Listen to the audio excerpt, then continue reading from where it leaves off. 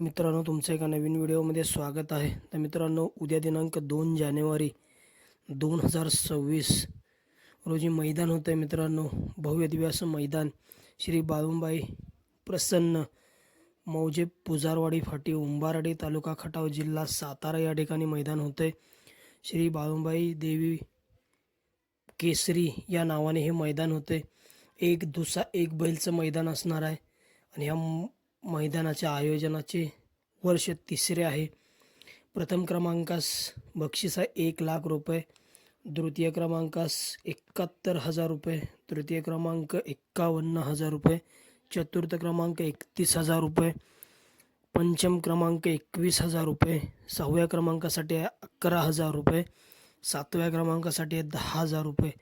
आणि मित्रांनो, हे भव्य दिव्य असं मैदान होते मौजे पुजारवाडी फाटी उंबारडे तालुका खटाव जिल्हा सातारा या ठिकाणी. आणि या मैदानासाठी प्रवेश फी असणार आहे 1,000 रुपये.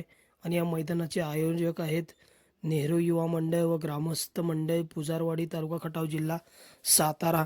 आणि आपण या व्हिडिओमध्ये बघणार आहोत की या मैदानामध्ये कोणकोणते प्रमुख पैरे आपल्याला बघायला मिळतील, कोणकोणते नंदी आपल्याला या मैदानामध्ये पळताना दिसतील.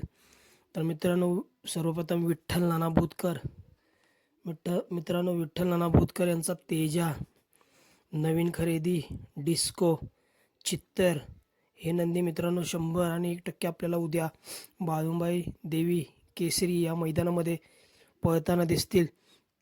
त्यानंतर मित्रांनो, गुरसाळेकरांचा गजा, मित्रांनो चालू सीझनचा गुलालाचा बादशाह गुरसाळेकरांचा गजा देखील आपल्याला या मैदानामध्ये पळताना दिसणार आहे.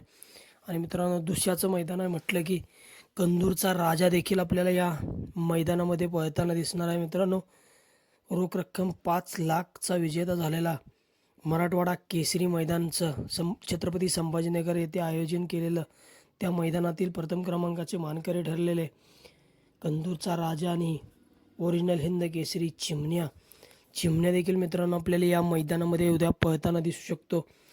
मित्रांनो, MM नानांचा राजा आणि किरणप्पा कालगाव शालगाव यांचा हिंद केसरी रायना देखील आपल्याला या मैदानामध्ये पळताना दिसू शकतो. मित्रांनो, स्वर्गीय रणजित निंबाळकर सर, पहलवान अभिजित भैया पवार, थैमान ग्रुप साखरवाडी यांचं फलटण यांचा सर्जा देखील आपल्याला या मैदानामध्ये पळताना दिसला असता.